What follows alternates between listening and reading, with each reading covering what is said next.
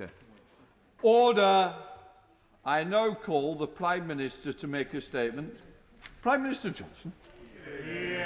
Mr. Speaker, thank you. With your permission, I will update the House on our response to Covid. The patience and hard work of the British people have combined with the success of the vaccination programme to reduce deaths and hospitalisations to their lowest levels since last July. And from Monday, England will ease lockdown restrictions in line with step 3 of our roadmap. This will amount to the single biggest step of our journey back to normality. But after everything we've endured, we must be vigilant because the threat of this virus remains real and new variants pose a potentially lethal danger, including the one first identified in India, which is of increasing concern here in the UK. So caution has to be our watchword.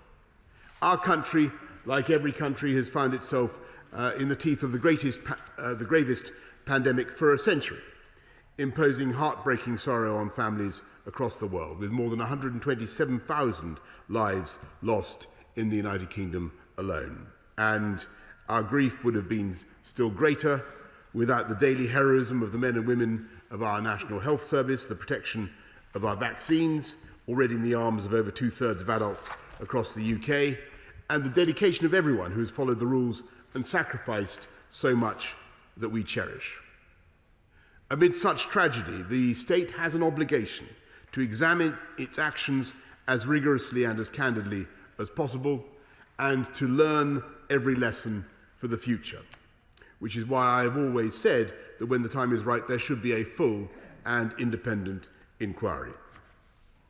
So, Mr. Speaker, I can confirm today that the government will establish an independent public inquiry on a statutory basis with full powers under the Inquiries Act of 2005, including the ability to compel the production of all relevant materials and take oral evidence in public under oath. In establishing the inquiry, we will work closely with the devolved administrations as we have done throughout our pandemic response. And my right honourable friend, the Chancellor of the Duchy of Lancaster, has this morning spoken to the First Ministers of Scotland and Wales and the First and Deputy First Ministers of Northern Ireland to begin those conversations. Every part of our United Kingdom has suffered the ravages of this virus, and every part of the state has pulled together to do battle against it. And if we are to recover as one Team UK, as we must, then we should also learn lessons together in the same spirit. So we will consult the devolved administrations before finalising the scope and detailed arrangements so that this inquiry can consider all key aspects of the UK response. Mr. Speaker, this process will place the state's actions under the microscope, and we should be mindful of the scale of that undertaking and the resources required to do it properly. The exercise of identifying and disclosing all relevant information, the months of preparation and retrospective analysis, and the time that people will have to spend testifying in public, in some cases for days, will place a significant burden on our NHS, on the whole of government, on our scientific advisors, and on many others. We must not inadvertently divert or distract the very people on whom we all depend in the heat of our struggle against this disease. And the end of the lockdown is not the end of the pandemic. The World Health Organization has said that the pandemic has now reached its global peak and will last throughout this year. Our own scientific advisors judge that although more positive data is coming in and the outlook is improving, there could still be another resurgence in hospitalizations and deaths.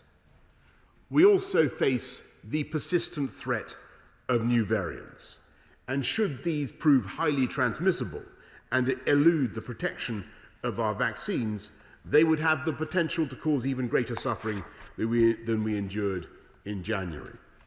And there is, in any case, a high likelihood of a surge this winter when the weather assists the transmission of all respiratory diseases and when the pressure on our NHS is most acute. So I expect that the right moment for the inquiry to begin is at the end of this period in the spring of next year, spring 2022. And Mr. Speaker, I know that there will be some in this chamber and many bereaved families who will be anxious for this inquiry to begin sooner. So let me reassure the House that we are fully committed to learning the lessons at every stage of this crisis. And we've already subjected our response to independent scrutiny, including 17 reports by the Independent National Audit Office and 50 parliamentary inquiries already. And we will continue to do so. We will continue to learn lessons as you have done throughout the pandemic. But no public inquiry could take place fast enough to assist in the very difficult judgments which will remain necessary throughout the rest of the year and the remainder of the pandemic. And we must not weigh down the efforts of those engaged in protecting us every day and thereby risk endangering further lives. Instead, this inquiry must be able to look at the events of the last year in the cold light of day and identify the key issues that will make a difference for the future.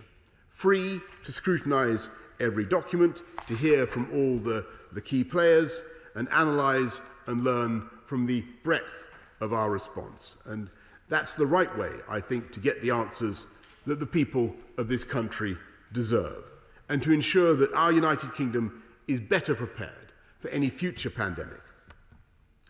Mr. Speaker, entirely separately from the inquiry, there is a solemn duty on our whole United Kingdom to come together and cherish the memories of those who have been lost. Like many across this chamber, I was deeply moved when I visited the Covid memorial wall opposite Parliament. And I wholeheartedly support the plan for a memorial in St Paul's Cathedral, which will provide a fitting place of reflection in the heart of our capital. I also know that communities across the whole country will want to find ways of commemorating what we have all been through. So the government will support their efforts by establishing a UK Commission on Covid commemoration. This national endeavour above party politics will remember the loved ones we have lost, honour the heroism of those who have saved lives and the courage of frontline workers who have kept our country going, celebrate the genius of those who created the vaccines, and commemorate the small acts of kindness and the daily sacrifice of millions who stayed at home, buying time for our scientists to come to our rescue. We will set out the Commission membership and terms of reference in due course. And in telling the whole story of this era in our history, we will work again across our United Kingdom together with the devolved administrations to preserve the spirit which has sustained us in the gravest crisis since the Second World War, resolving to go forwards together, Mr. Speaker, and to build back better, and I commend this statement to the House. I now call the Leader of the Opposition, Keir Starmer.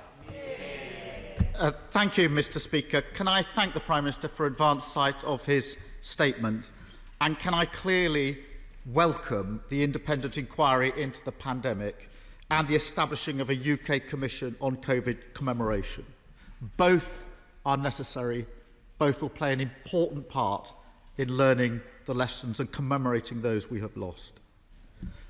Mr. Speaker, let me speak first for the families grieving the loss of a loved one. I too attended the Covid memorial wall that the Prime Minister spoke of opposite Parliament. It is moving. Everybody who's been there knows it's moving. Hearts on the wall, thousands of hearts, stretching from one bridge to the next and rightly facing this place. But I've also taken time to meet the grieving and bereaved families on a number of occasions and talk to them and with them about their experience. Mr. Speaker, those meetings have been amongst the most difficult I've ever had in my life. And the same goes for the staff that came with me and the other members of my team that were in those meetings. Because what those families described was not just the loved one they have lost, the dad, the mum, the sister, the brother, and tell me something about the individuals. It was not just the fact that they had passed away. The hardest bit was the details. They told me about not being able to say goodbye in the way they wanted, whether that was a hospital or elsewhere, and not being able to have a funeral in the way that they wanted.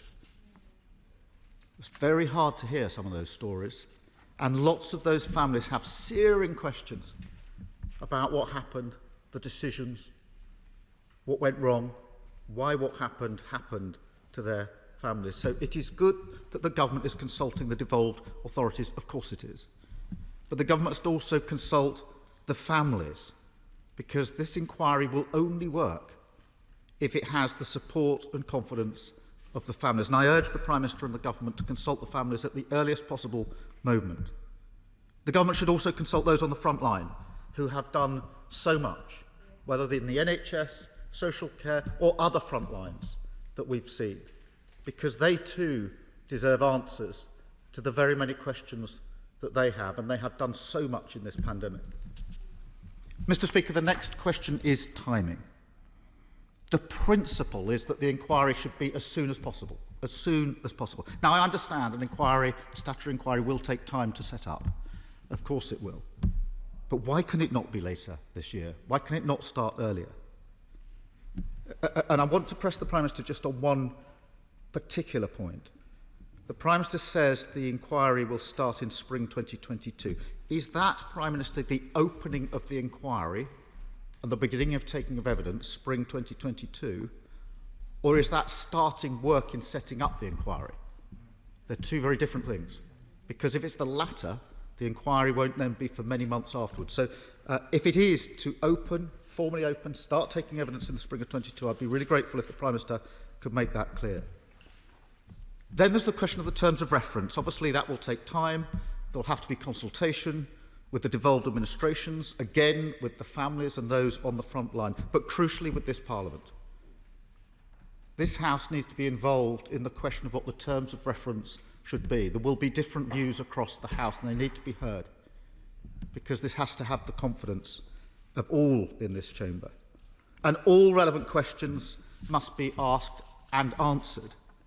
And that must, of course, include the decisions made in the last 14 or 15 months, all of the decisions made. But there are wider questions of preparedness and resilience, particularly of our public services, that need to be asked. And, Mr. Speaker, there are reasons why the pandemic hit those in overcrowded houses and insecure work hardest. They need to be addressed as well, and no inquiry that doesn't address those questions will give the answers that many deserve. Finally, Mr. Speaker, there's the question of who chairs the inquiry. Again, this is too early, but I would say this, that the wider the engagement on that question, the wider the likely support for the inquiry. What we need is an independent inquiry which has the full support of everybody, so that its conclusions bear real authority. That will be achieved with the widest embracing of the terms of reference and the chair of the inquiry. But, Mr. Speaker, let me be clear, I do welcome this inquiry, and we will play whatever part we can to make sure that this works well and gets the answers to the questions. And again, we do support the Commemoration Commission, and will work on a cross-party basis to ensure that that is fully the sort of commemoration that the families and others who've lost through this pandemic feel is appropriate. And that should, of course, be on a cross-party basis. It is above politics, and rightly so. Thank you, Mr. Speaker. Minister. Mr. Speaker, I thank the right honourable gentleman for his support for both the measures announced today, for the Commemoration Commission, and also for the inquiry. And he asks some entirely justifiable questions about engagement with the bereaved, with those who've been on the front line, about the areas in which the inquiry will want to be focusing, all the background to the growth of the pandemic. And I have no doubt that when it is set up, the inquiry will certainly be looking at all of those, and will be making sure to have the widest possible consultation consultation and engagement. I just think the House should understand that I feel personally very, very strongly that this country has been through a trauma like no other.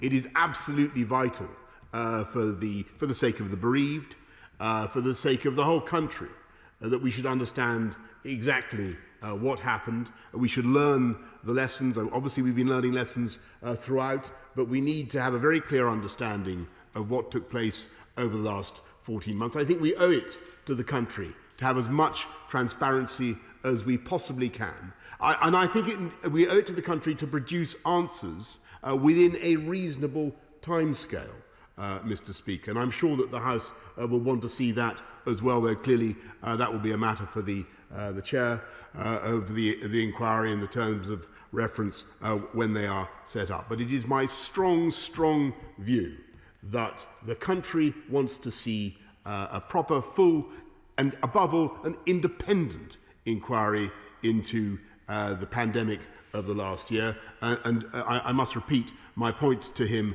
that I do think that the timing that we've set out is the right timing. I think that it would be wrong to consecrate huge amounts of official time, of public health workers' time to an inquiry when they may very well be still in the middle of the pandemic. But clearly, just to clarify the point that the right honourable gentleman raises, the steps taken to set out the terms of reference, to establish the chair of the inquiry, all that will happen before the spring of next year. So we'll be getting it underway, we'll be taking some key decisions, but I think that the House will agree that it would not be right to devote the time of people who are looking after us, who are saving lives, to an inquiry before we can be much more certain than we are now that the pandemic is behind us. And I hope that carries the approval of the House.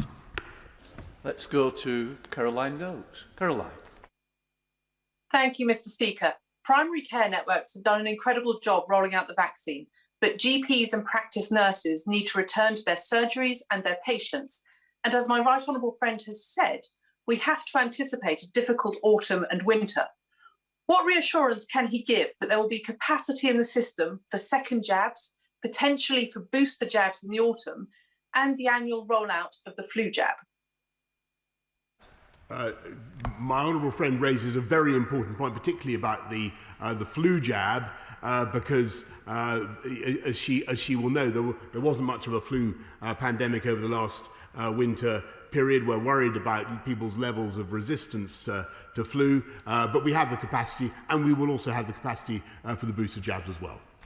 Come to SNP spokesperson Kirsten Moss. Thank you, Mr. Speaker. And let me begin by thanking the Prime Minister for an advance copy of his statement. I was interested to hear the Prime Minister committing to an inquiry.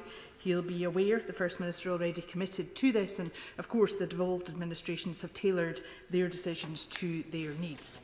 I do think all of us can feel a sense of optimism, the feeling that after such a difficult year things are edging towards some normality.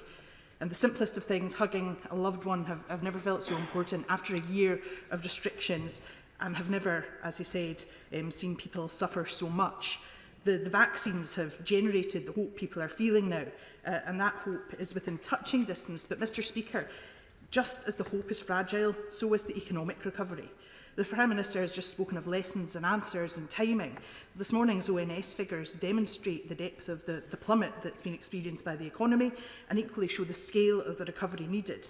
That's why the glaring omission of an employment bill from yesterday's Queen's speech was so shocking, a clear signal of a UK government with no recovery plan.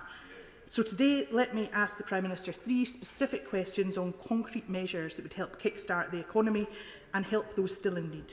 Firstly, will his government reverse its rigid plan to suddenly end the furlough scheme in September, which will result in a damaging cliff edge for millions of workers?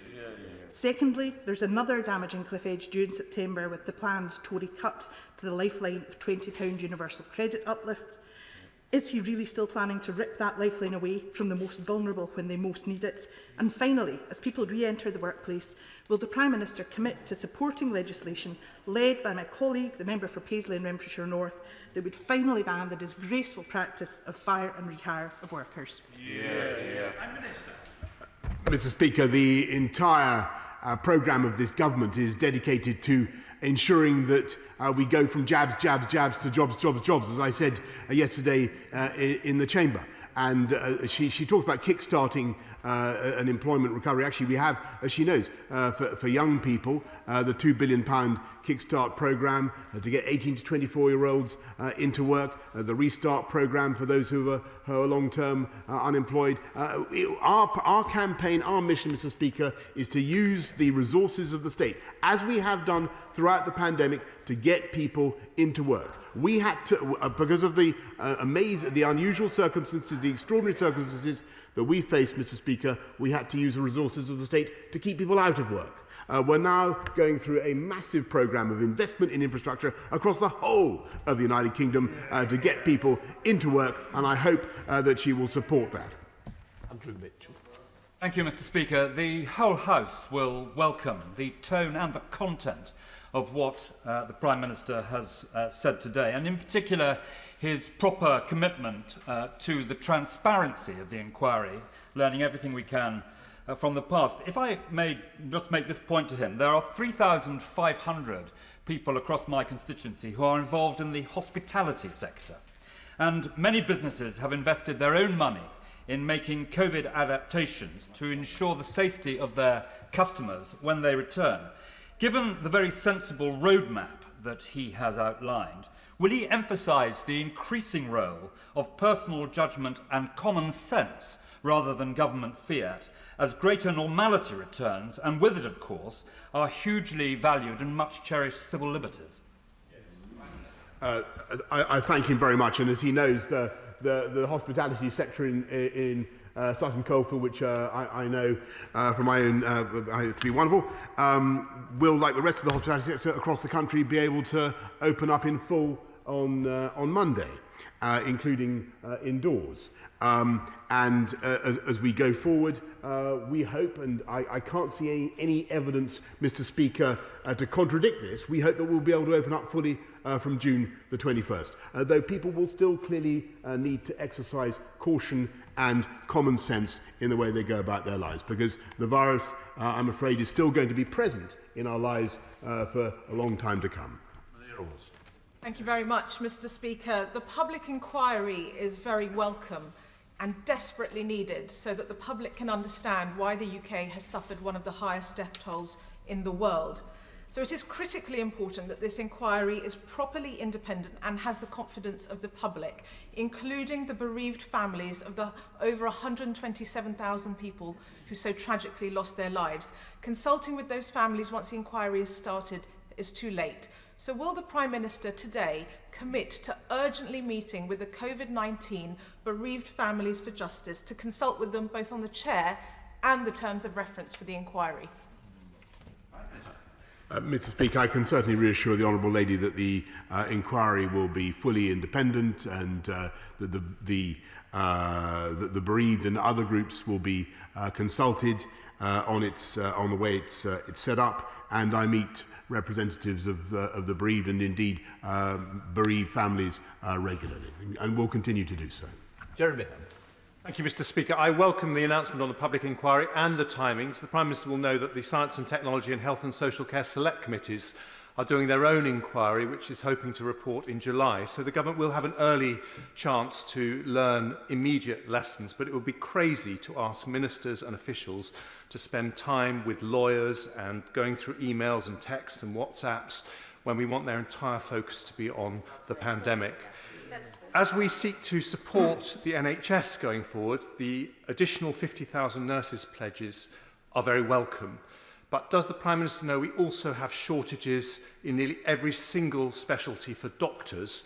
And is this not now the moment to overhaul our long-term workforce planning for the NHS so that we can give the public confidence that we really are training enough doctors for the future? Yes, absolutely, Mr. Speaker, and a distinguished former Health Secretary will, I'm sure, know that there are now 50,000 more people working in the NHS this year than there were at the same time last year, including, I think, about 11,000 more nurses already and 6,700 more doctors. But we're going to get even more, Mr. Speaker. Mr. Speaker, can I thank the Prime Minister for his statement, in particular for those who have lost family members. I'm very conscious of my wife losing her mum, and we all grieve for her especially. So the involvement of the Northern Ireland Assembly in this to have the inquiry and look back on that is very, very important, and I welcome that, Prime Minister. Could the Prime Minister outline what discussion has taken place between the devolved regions to ensure a parity of travel restrictions and to ensure that every area of the UK can safely be accessed? And would the Prime Minister confirm that help will be made available to make travel affordable and encourage people to go to Northern Ireland over the summer to make the most of the Great British Summer Staycation throughout every area of the United Kingdom of Great Britain and Northern Ireland? I thank him for his excellent question, and we of course consult regularly with all the DAs about making sure that travel can continue to flow freely through our United Kingdom, and he makes a superb point about the attractions of Northern Ireland as a holiday destination. I hope people take him up on his point. Let's go to Suzanne Webb. Suzanne. Thank you, Mr. Speaker. Prime Minister, may I start with thanking you for coming to visit the good residents of Stourbridge last week. Cars stopped, horns were honked, and people came out in their droves to say thank you for the success of the vaccine rollout. Last week, voters made it clear right here in Stourbridge that they want the focus to be on their priorities, not political gains, demonstrated by the fact that I now have Conservative councillors in traditional Labour bastions of Quarrybank, Lye and Cradley, more voters coming out than ever before to say this. Does the Prime Minister share my hope that the members opposite will now act constructively with this government so it can deliver on their priorities as we build back better? Minister. I'm very grateful to Margaret, and I much enjoyed my trip to Stourbridge, and she's entirely right in what she says. And to get back to the point I was making, the honourable lady from the Scottish National Party, I think that the agenda that we have is right for the country. This is the right time to build back better with the colossal programme that we have, the investments that we're making. But we've also got to learn the lessons from the pandemic, Mr. Speaker, and that's why we're setting up the inquiry in the way that we are. Let's go to Andrew Gwynn. Andrew. Thank you, Mr. Speaker. I welcome the Prime Minister's statement and particularly his commitment to an inquiry at the appropriate time. On that, terminology really does count. So can the Prime Minister confirm that it's not just going to be independent and judge-led, but it will be a statutory public inquiry under the Public Inquiries Act with the powers to compel witnesses under oath? And most importantly of all, will bereaved families have a role in setting the terms of the inquiry and be given the full opportunity to give evidence at the inquiry? I wouldn't like to accuse the honourable gentleman I admire greatly of missing my opening statement, but of course it will be a full public independent inquiry under the terms of the 2005 Act, and of course it's right that the bereaved, along with many other groups, should be consulted about the terms of reference. Thank you, Mr. Speaker. I welcome the Prime Minister's statement, especially that the inquiry will be independent. In fear of already judging the inquiry, I am anxious about institutions such as Public Health England and how they responded early on to key workers. And I hope the inquiry will also congratulate the fantastic doctors, nurses and volunteers who helped roll out over 1.5 million vaccines in Sussex. And I'm incredibly grateful for all the staff in Uckfield, Crowborough and Howsham. But the Prime Minister can do two things immediately for my care homes in my constituency. One is, at the moment, if you want to reside in a care home, you have to spend 14 days isolated in your room. Can the Prime Minister look again at that isolation period, because it is so impactful on the physical and mental health of residents? And the second is this: the care homes have taken such a big hit. Can we consider a short financial package to support them so they can support our loved ones throughout this period? Thank you. My honourable friend is totally right to raise the work of care homes. We've put repeated investments into, and I think another £1 billion went into supporting care homes throughout the pandemic. But she's also right to raise the very painful questions of of visiting and the ability of care home residents to leave their care home safely. And Mr. Speaker, there we have to balance the risks to them as well. We've tried to, as you know, to increase the number of visitors they can have, and we hope very soon that greater freedoms will be possible. Cat Smith. Thank you, Mr. Speaker. Can the Prime Minister reassure the House that the terms and reference of this inquiry will include those suffering from long COVID, including diagnosis and treatment and support for those that will be no doubt suffering for a foreseeable future? She makes an excellent point, and I'm sure the chairman of the inquiry will want to consider that as we set up the inquiry in due course. But I certainly don't exclude that long COVID could be something that the inquiry will want to look at. Dr. Kieran Millen. Thank you, Mr. Speaker. The Prime Minister has talked powerfully about the importance of economic recovery now. And for those of us that supported the lockdown, I think it's incumbent on us to get behind that in however we can. If we get it wrong, we'll pay the cost of the pandemic twice over. Tomorrow, a report will be released describing the opportunities of geothermal investment for our economy, potentially creating over 1,000 new jobs and £100 million of investment by 2025. New jobs, new technologies, that's the key to getting our economic recovery on track. Will the Prime Minister give the report his personal attention and agree to meet with me and other MPs that are getting behind this important new industry? Mr. Speaker, I'm very excited and interested by his geothermal plans, and they sound good to me, and we are certainly investing in that kind of technology. You know, 22 billion into just pure R&D. We're putting in record sums for this country, and I'm sure that geothermal could be part of the mix of our green industrial revolution, Mr. Speaker. Alan Brown. Thank you, Mr. Speaker. Does the Prime Minister agree that the inquiry is going to have to look at the original decision-making process, which failed to control borders, delayed the lockdown while talking about herd immunity, look at the appointment process for Dido Harding to head up the track and trace system, and also look at the billions of pounds worth of PPE contracts awarded to Tory chums and friends? And will it confirm that the inquiry will have the powers to call all electronic communications between government ministers and the Tory chums that got contracts? Speaker, without in any way accepting the premises of his questions, I can certainly confirm that it will be a full public inquiry under the 2005 Act with full powers to compel evidence. Jonathan Gillis. Thank you, Mr. Speaker. I congratulate the Prime Minister on his statement and the announcement that my right honourable friend announced that Step 3 of our roadmap to recovery will go ahead as scheduled on the 17th of May. Like many across Stoke-on-Trent North, Kidsgrove and Talk, I enjoyed a pint from the Mill Race in Milton and another at the Bull's Head in Burslem, as pubs were able to open outdoors under Step 2 of our roadmap. However, not every publican has been able to open their doors yet, and both they and the excellent local brewers, such as Titanic Brewery in Burslem, have faced a very hard time throughout this pandemic. So will my right honourable friend create a new draft beer duty rate to provide targeted support for breweries and pubs throughout the UK, which is only possible since leaving the European Union, recognising the importance pubs play in our local communities? I thank him for pointing out another of the advantages of leaving the European Union. But although we've consulted publicans and brewers on the potential for a differential duty rate on draft beer, we're awaiting the responses from the Treasury, and the Treasury will reply in due course. Thank you, Mr. Speaker.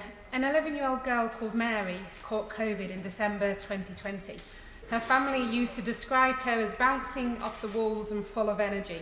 She loved sport and was excited about starting secondary school in September. Now she is fatigued, lethargic, she walks with a stick and she can only attend school part-time. The doctors are baffled because she had no underlying health conditions and she seems unable to recover. Please can the Prime Minister help me find the family the expert advice and support that Mary needs and provide urgent resources for children suffering with long COVID in Hollands riding? I thank her for raising the case of Mary, and I'm very sorry to hear about her suffering. If she would be kind enough to write to me about her, I will see what I can do to make sure that we get the right answers from government and see what we can do to get her the medical help she needs. Let's go to Elliot Colburn. Elliot. Thank you, Mr. Speaker, and I warmly welcome the Prime Minister's statement today. I know from speaking to Carshalton and Wallington residents that they are particularly concerned as we emerge from the pandemic about backlogs in elective surgery, cancer treatments, and looking after the mental health of those who have struggled in lockdown. So can my right honourable friend assure me that these will be front and centre of our plans for the NHS as we emerge from the pandemic? Prime Minister. He is quite right to raise that issue, and I can tell him that we've already invested considerably in mental health support, mental health youth ambassador, but we will continue to do more. And I think I said in the press conference on Monday, this is Mental Health Awareness Week, and people who have been struggling during the pandemic really should not hesitate to seek help. Let's go to Steve McCabe. Steve. Thank you.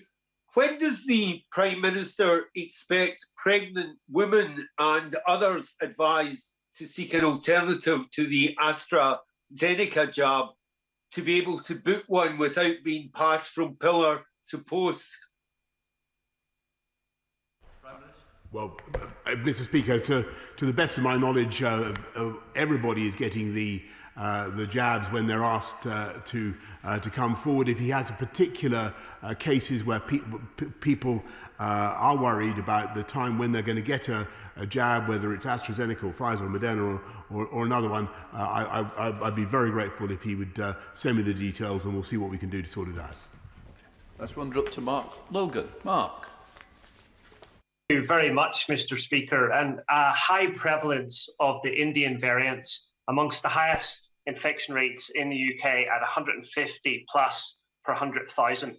Can the Prime Minister join me in pushing for most of Bolton to be vaccinated ASAP?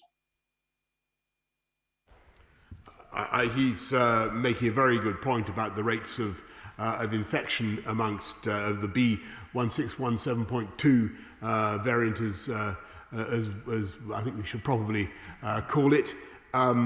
At the moment, the cases are looking as though they're about 860 or so, but there may be more. It may be more transmissible, Mr. Speaker. It may be considerably more transmissible. We're looking at all the potential solutions for the surges we're seeing in Bolton and elsewhere, including the one he describes, though that's not top of the list at the moment.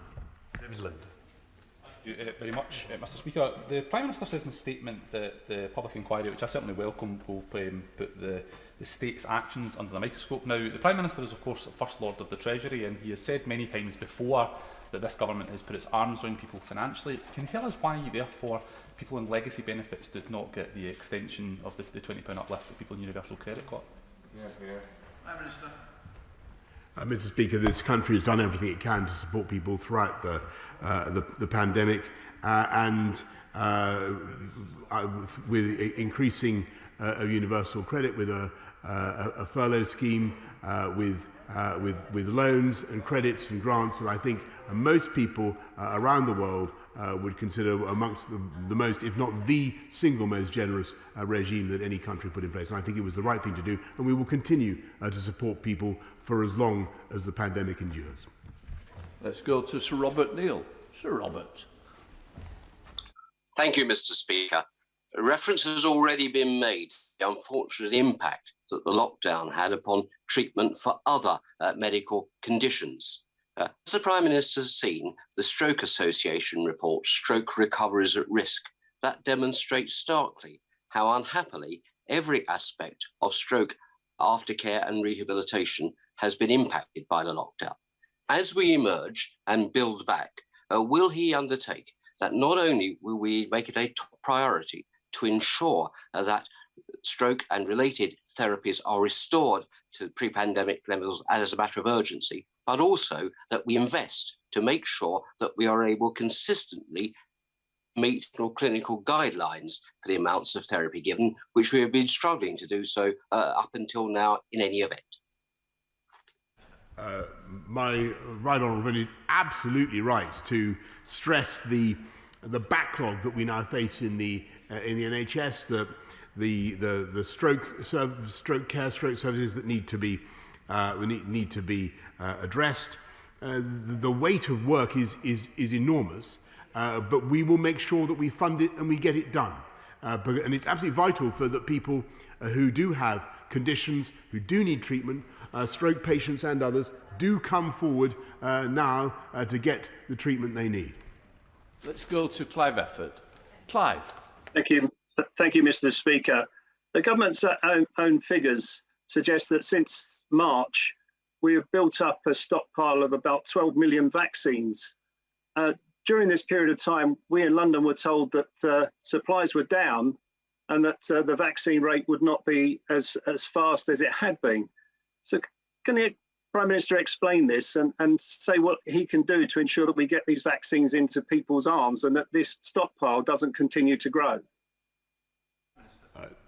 No, Mr. Speaker, that's a misunderstanding, I believe, and we've been vaccinating, continue to vaccinate at a steady and a rate and as fast as we possibly can, and we're secure in our supply, but obviously we don't want to get to the stage, Mr. Speaker, where we run out, and we're confident that we'll be able to offer everybody in this country a vaccination before the end of July. Every adult in this country.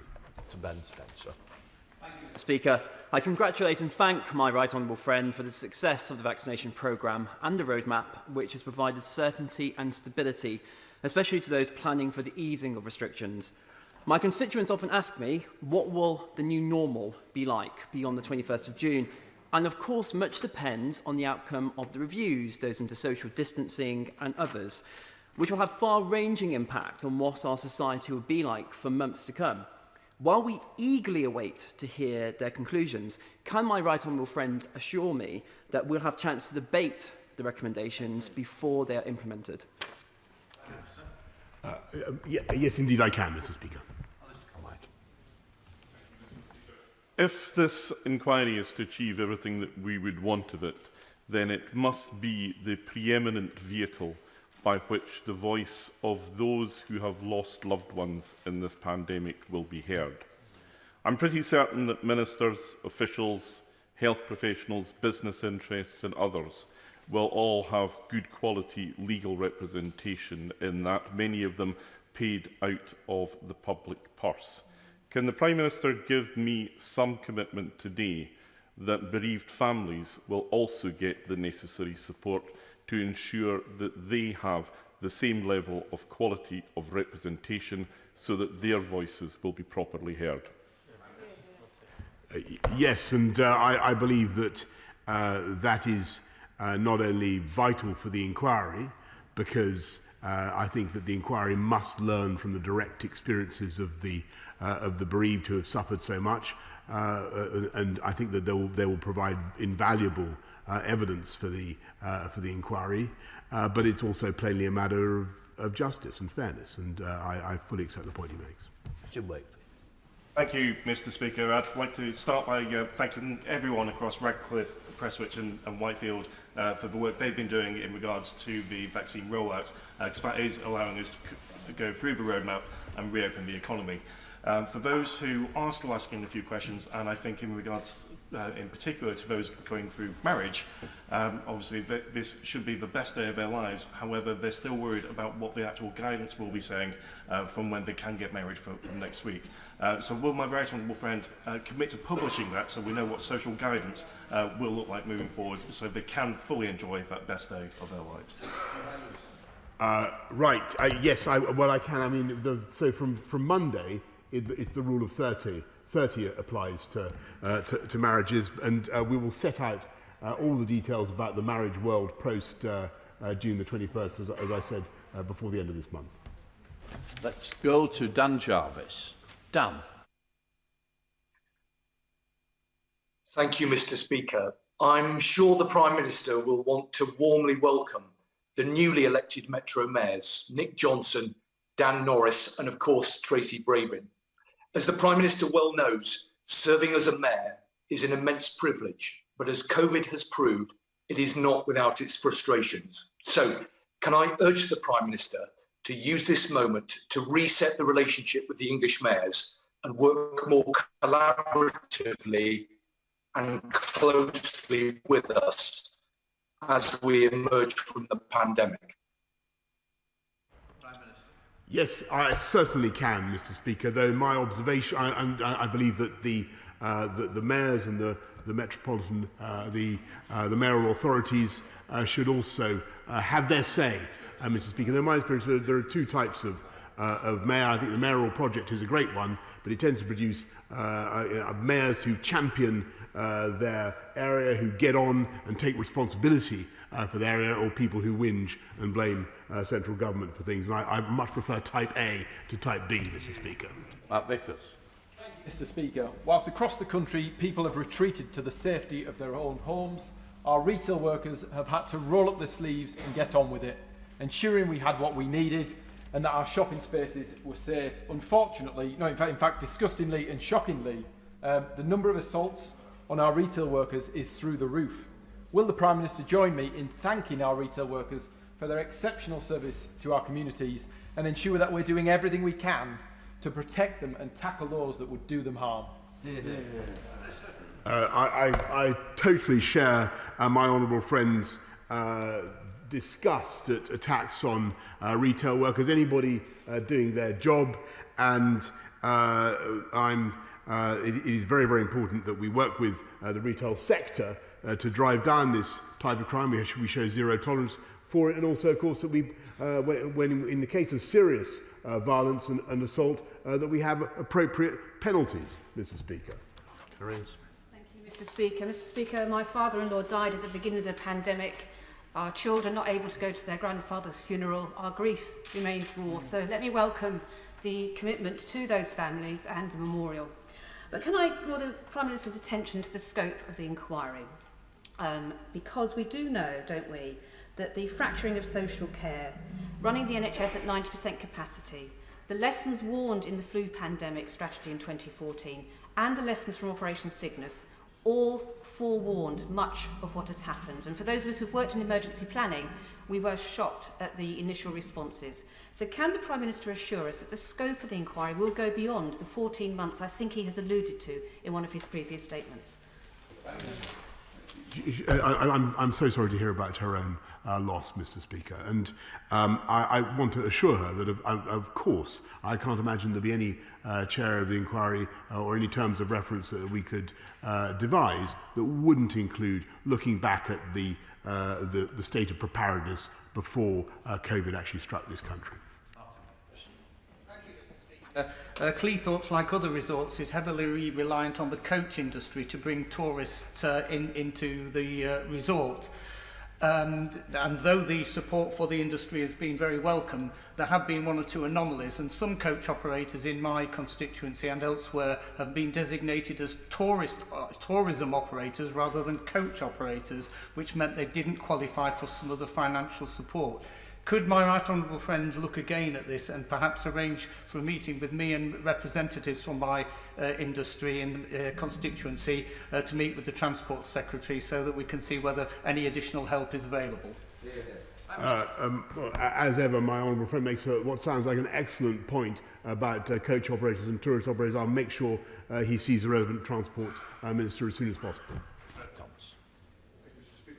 Nurseries are a vital part of community infrastructure, helping our youngest get a better chance at a good start to life and making it easier for parents to go to work. Given that over 300 shut their doors for good in February and March, will the Prime Minister publish a COVID recovery plan for nurseries and early years providers to help them get them back on their feet? Mr. Speaker, will be publishing a very comprehensive plan for educational recovery very shortly. Stephen Mack. Thank you, Mr. Speaker. Can I welcome today's announcements of both an inquiry and the memorial? But can I also welcome the extraordinary progress that has been made that has allowed us to further lift restrictions? However, there are still many individuals, charities, organisations and businesses that are still not confident to commit to further public events. Will my right honourable friend therefore consider a COVID indemnity scheme that will cover the costs of any last-minute cancellations that may occur due to ongoing restrictions to allow the planning of events to continue to avoid a second year of cancellations? I thank my honourable friend for raising this, and I understand exactly why he says it. I think the best thing I can I can tell him is that we want to proceed with the caution and the certainty that we have done so far, and I believe that all the evidence I've seen at the moment suggests that we will be able to continue our reopenings, and that the businesses that have done so much to get ready should be able to plan on that basis. Christian Mathis. Thank you, Mr. Speaker. Can I welcome much of the Prime Minister's statement, although I concur with my right honourable friend, the Leader of the Opposition, that the sooner we can get the terms of reference and invite evidence from those who are able to give it, the better. Mr. Speaker, the Prime Minister said that the end of the lockdown is not the end of the pandemic, and he's absolutely right. There are some sectors of the economy which will suffer from a longer time lag. Travel and tourism, aviation and therefore aerospace manufacturing. Can I urge the government to give support in the longer term to these sectors, because they will be affected long after the rest of us are trying to get back to normal? He's making an important point, but my strong view is that the best thing possible for all those sectors, including aviation, is to try to cautiously to make sure that we get through the roadmap and allow their businesses to grow again. And that is, I think, the single best solution, the best long-term, the best medium-term solution. Mr. Speaker, thank you, and I warmly welcome the Prime Minister's statement and this inquiry. As our fantastic vaccination programme continues to be rolled out, and as our vaccination continues to be effective against all mutant strains and other countries catch up, will the Prime Minister look at widening the green list of countries that travel is permitted to? Will he also ensure that the airports have the resources from border control and digitisation to deal with more passengers? And can he also warmly encourage President Biden, when he sees him next month in Cornwall, that other Americans would like to come over to this great country, and indeed we'd like to go over to theirs? Yeah, well, he's making a very good point about the United States of America, and we're on that issue with our American friends. But I think people have to recognise, Mr. Speaker, that we still are at risk of importing new variants into this country. We've seen the arrival of B1.617.2, Mr. Speaker, and we must be cautious. And I can tell him that on that basis, the green list, and there's already some countries on the green list, as he knows, very attractive looking destinations as far as I can see, but that list is going to be subject to review every 3 weeks. Dave Dugan. Many thanks, Mr. Speaker. Last summer, COVID was almost fully suppressed in Scotland, and on current trends, it looks like we're heading in that direction cautiously again. However, as international travel reopens, I know that many in my constituency are very concerned about new strains entering the country. So while our First Minister has welcomed the UK Government's current very cautious approach to travel, she won't sign up to any plans that might put Scotland's progress at risk. So will the Prime Minister confirm today what happens in the event that devolved nations' strategic ambitions are at odds with the UK Government's? How is compromise in that scenario reached that isn't simply England's way or the highway? Well, I think if I may say, I think that the cooperation, levels of cooperation, in spite of the differences which are sometimes accentuated or emphasised for whatever reason, has been amazing.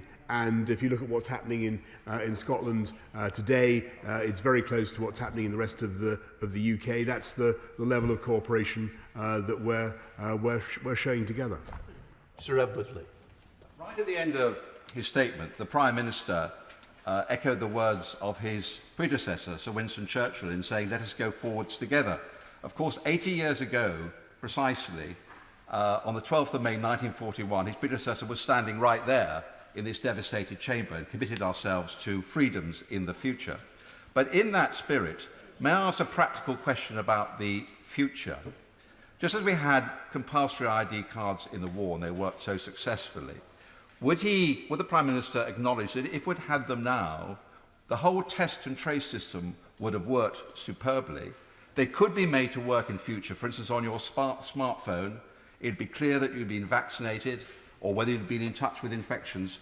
All this is very interesting for the future. Now, my right honourable friend can't give a definitive answer now, but would he at least have an open mind about how we can deal with these pandemics in the future?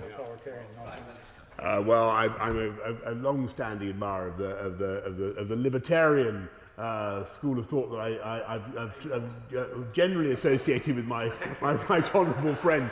But he's making an interesting point.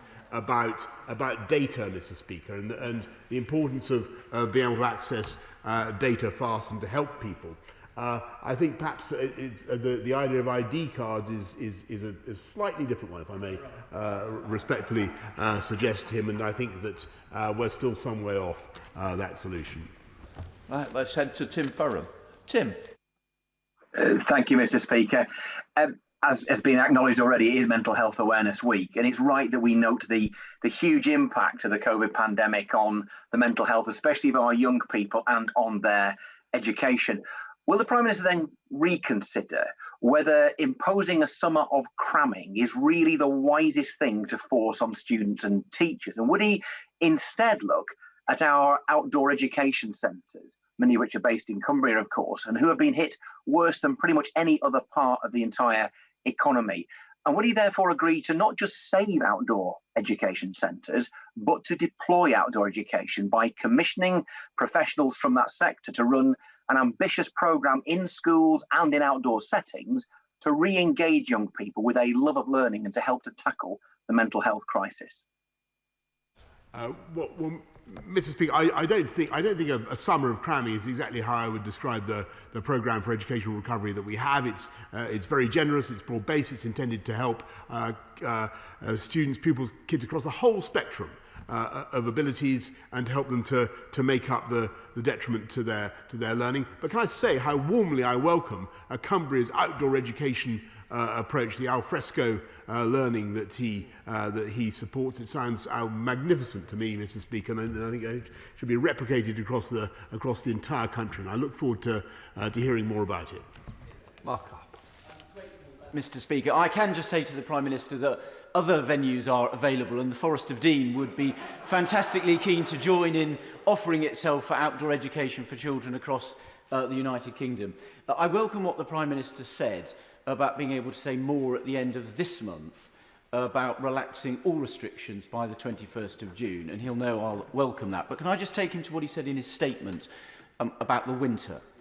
It's inevitable, I think, that we'll see an increase in COVID, as with other respiratory viruses, and there will be some increase in hospitalisations and deaths, although because of our incredible vaccination rollout and the effectiveness of our vaccines, that will be at a much lower level and one that will not overwhelm the National Health Service. So can he confirm that work is underway in government to make sure that even with that small increase because of the success of our vaccinations, that we'll learn to live with the consequences of COVID as we do with flu, and we won't need to shut down the country again in the winter?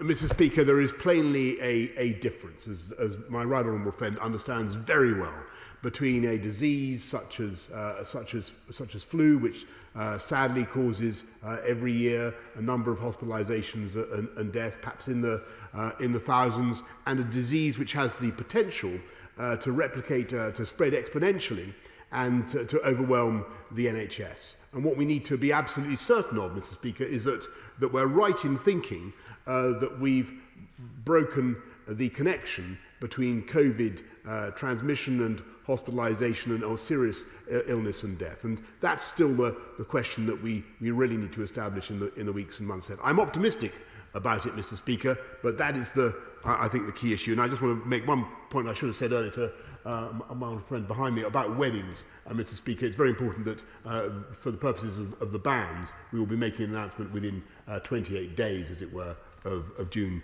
the 21st, if you follow me, Mr. Speaker. Let's go to Afzal Khan. Afzal. Mr. Speaker, the Israeli government made the decision not to vaccinate more than 4.5 Palestinian citizens in Gaza and the West Bank, leaving this responsibility to the occupied territories' under-resourced healthcare system. Only several thousand Palestinians have been vaccinated, in contrast to the 4.2 million Israelis. In light of the shocking and appalling scenes in Jerusalem, where Israeli forces attacked worshippers, the Holy Al-Aqsa Mosque, and the healthcare units, will the Prime Minister outline what steps the government is taking to provide assistance to the Palestinians in this difficult time? And will he condemn the actions of the Israeli forces and accept that the only way forward is a two-state solution to ensure peace health equality and protection of human rights. It is a statement that the Prime Minister made, but I'm sure he would like to answer the question. Yes, Mr. Speaker. Well, he makes a fair point about the situation in Israel, and I must say that I'm deeply concerned by what we're seeing, and everybody is deeply concerned in this House by the scenes that we're seeing. I think we all want to see urgent de-escalation by both sides, and let me tell him that the position of this government is firmly behind his, in that we continue to believe that a two-state solution is the best way forward. Simon Feld, are you ready? Thank you, Mr. Speaker. I welcome the Prime Minister's announcement about a public inquiry. Mr. Speaker, when COVID first rolled into Barrow-in-Furness, we had a disproportionate impact from it due to a toxic mix of underlying health conditions. With that in mind, could the Prime Minister confirm that the inquiry will take a look at not just the actions the government did or didn't take, but also what we need to do to make sure we can build back healthier out of this pandemic? Actually, I think he makes an extremely good point, my own friend. It's a very important point. And I hope that this is what they call a big teachable moment for the entire country about our obesity, about our fitness levels, about disparities across public provision, not just between affluent areas, but within regions of the country. The levelling up needs to take place, Mr. Speaker, and that's why that is the ambition of this government. Sammy Wilson. Thank you, Speaker. And can I welcome the Prime Minister's announcement of an inquiry as well. It is important because of the number of people who died, but also because of the millions of people who will live with the consequences of the policies adopted by ministers on the advice of their chief medical officers. Many people who have lost their lives because hospitals and surgeries were closed, people whose businesses were wrecked because of stop-go lockdowns, children whose education has been disrupted, affecting their life chances. And at the same time, there were many credible experts who questioned the modelling on which those policies were based, the impact that it had on the poor, and also the appropriateness of the actions and the consistency of the actions. Can the Prime Minister assure us that the inquiry will include listening to the views and examining the views of those experts and the issues which they have raised? Well, I think he's only serving to underline, with his excellent points, the extreme difficulty of the decisions that governments in this country and around the world were forced to make, and the terrible balances that we had to strike. And I'm sure that the considerations that he raises will be looked at by the inquiry. Thank you, Madam Deputy Speaker. I'd like to congratulate my right honourable friend on the huge success of the vaccine rollout. The economy in central London is hurting, partly because of the lack of commuters and partly because of the lack of international visitors. Can my right honourable friend confirm that the plan is to lift the work-at-home guidance as of June the 21st, providing we stay on track? Mr. Speaker, that is certainly our intention, provided we stay on track. But you should, I want to be sure that people will wait until we're able to say that with more clarity a bit later on, because we must be guided by what's happening with the pandemic. And she's so right about London and the dynamism of London, and indeed any other of our great cities. They do depend on people to be able to have confidence to go to work. I think it will come back. I think it could come back remarkably quickly, but it does depend on keeping the virus down. Madam Deputy Speaker, forgive me. We now go to Debbie Abrahams. Madam Deputy Speaker, on the 22nd of February, the Prime Minister told the House that the PPE contracts are there on the record for everybody to see, and all the details are on the record. But what the Prime Minister told Parliament was not true. A large number of contracts were neither there for everybody to see or on the record, including a £23 million contract to Bunzl, which was not published until the 8th of March. The Ministerial Code states it is of paramount importance that ministers give accurate and truthful information to Parliament correcting any inadvertent errors. So will the Prime Minister finally apologise to the House and the country for this misleading statement and ensure that the government's procurement practices during the pandemic are in the scope of the COVID inquiry? I'm sure the Honourable Lady means inadvertently misleading. Prime Minister. I'm sure she does, Mr. Speaker. James Davis. Deputy Speaker, as life continues to return towards normality and attention turns to how we can learn lessons from the pandemic, there remains an urgent need to tackle this country's problem with obesity. Following the Queen's speech, what reassurances can my right honourable friend give me that the government will continue to pursue this agenda with vigour? Yes. I can give my own friend who is a doctor every possible assurance, Madam Deputy Speaker. I think that this is a struggle that many of us face, but we are, I'm afraid, one of the fattest countries in Europe, if not the fattest. And we have to, and that has medical consequences, and it is extremely costly, both medically and financially. We now go to Rachel Maskell. Thank you, Madam Deputy Speaker. In November, the Prime Minister, in response to my question on funding for charities through COVID-19, said in this chamber, and I quote, "We will be doing much more over the winter to support the voluntary sector." He has delivered nothing, absolutely nothing over the winter. Now 10 billion in debt, tens of thousands of jobs have gone, charities are scaling back and closing, and our communities are suffering.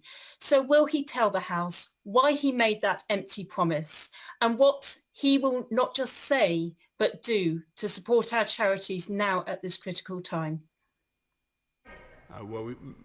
Madam Deputy Speaker, we've had huge support for businesses of all kinds, premises, cuts in business rates, Madam Deputy Speaker, cuts in VAT, furloughing, and the single best thing we can do for charities is getting non-essential retail opened again as we did, and allowing our economy to come back. And I think that the British people give huge amounts to charity. We're one of the most generous countries in the world, and I've no doubt that instinct has been there throughout this pandemic and will continue. Now go to Jason McCartney.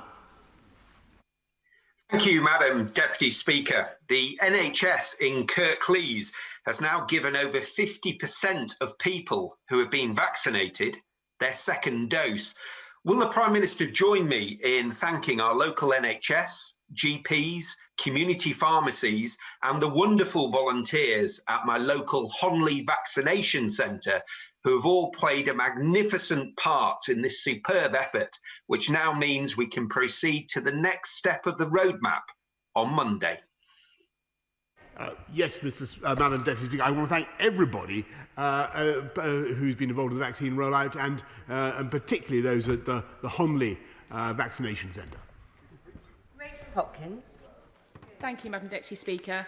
The Public Administration and Constitutional Affairs Committee published a report last September that recommended the government should announce the inquiry into the response to the coronavirus immediately to allow time to set up the Secretariat and other administrative functions, which would mean it could start taking evidence early next year. So that was 8 months ago. So I wish to support the comments made by my honourable friend, the Leader of the Opposition, that the statutory public inquiry should be set up as soon as possible before spring 2022.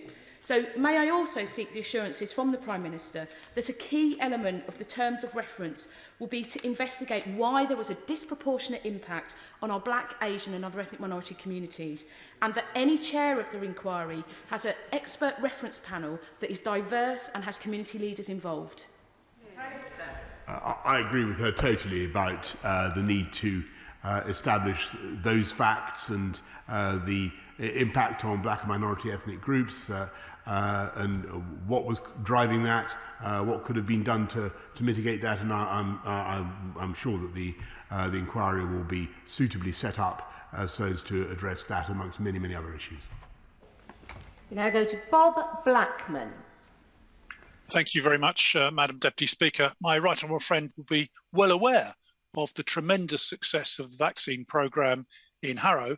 Indeed, he visited the Hive vaccination centre very early on during the vaccination programme.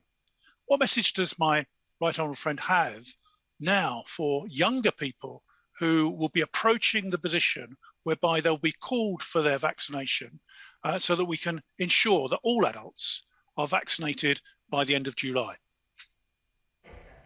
I thank my honourable friend, because he's totally right. That's, I think, one of the key messages all of us in this House should be transmitting to adults, and they're getting younger and younger now, the groups that we're reaching. Come forward when you're asked, get your vaccine. You won't feel a thing. It's absolutely vital. It's not just good for you, it's good for the whole country. So get it done. Now go to Peter Grant.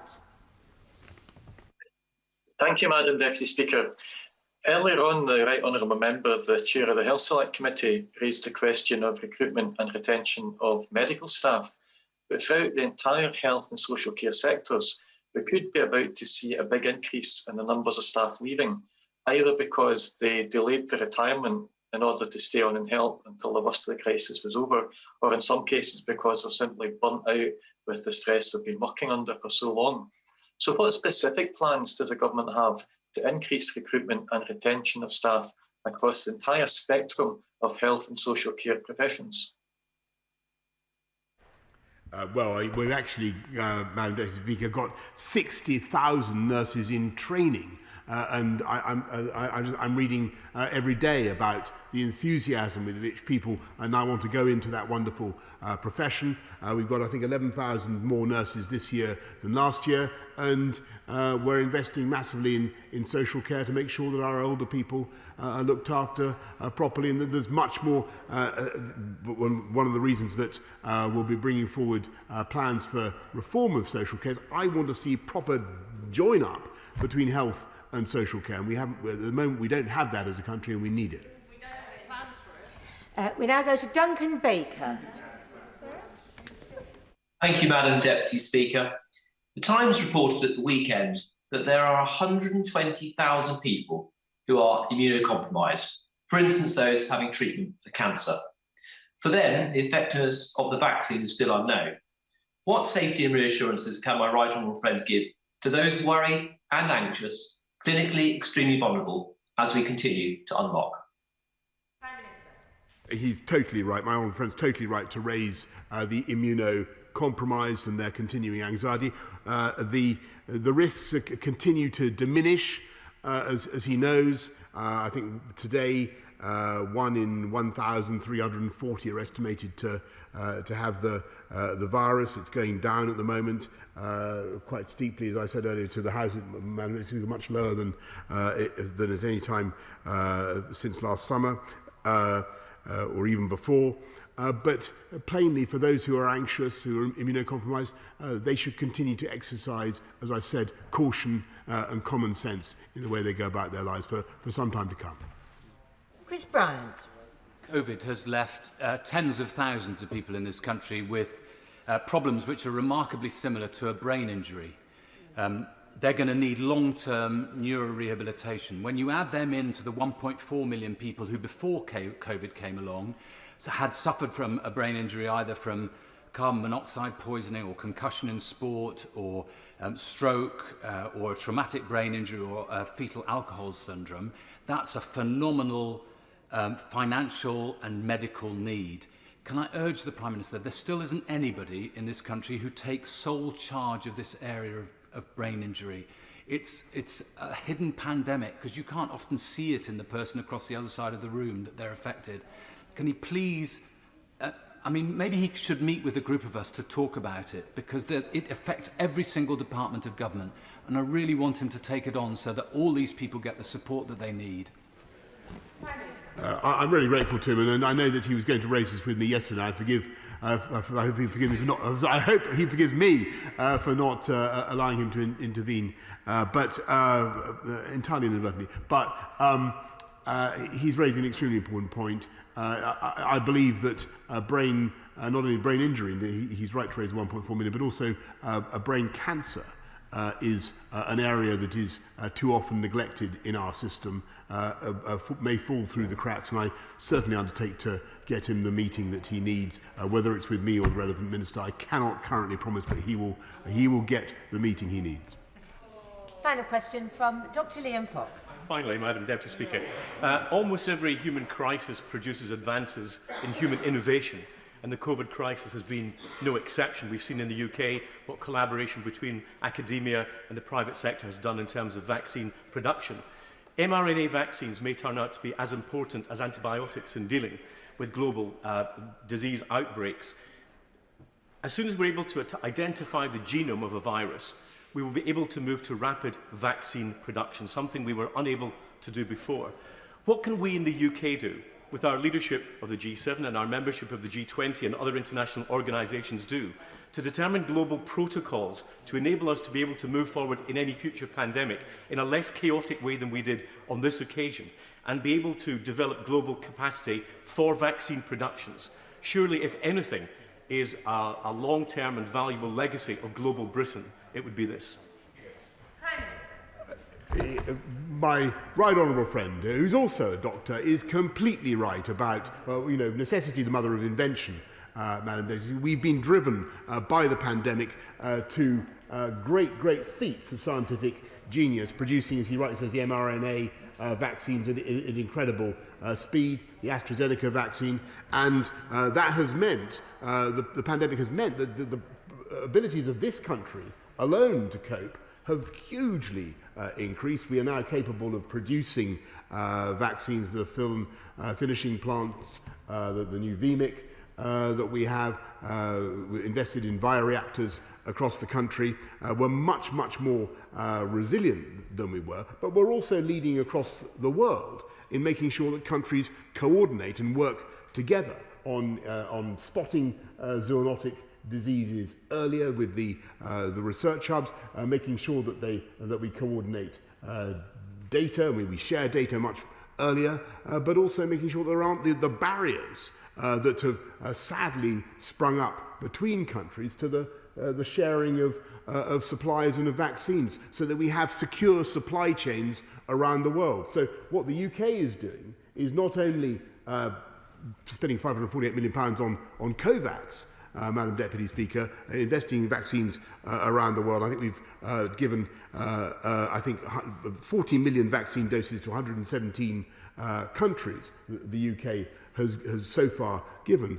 But we're also working on a global response to pandemics, and that will be one of the things that we do together at the G7, and it's supported by all the partner countries. So that's what we'll be doing. I thank the Prime Minister for his statement, and I'm suspending the House for 3 minutes to make necessary arrangements for the next business.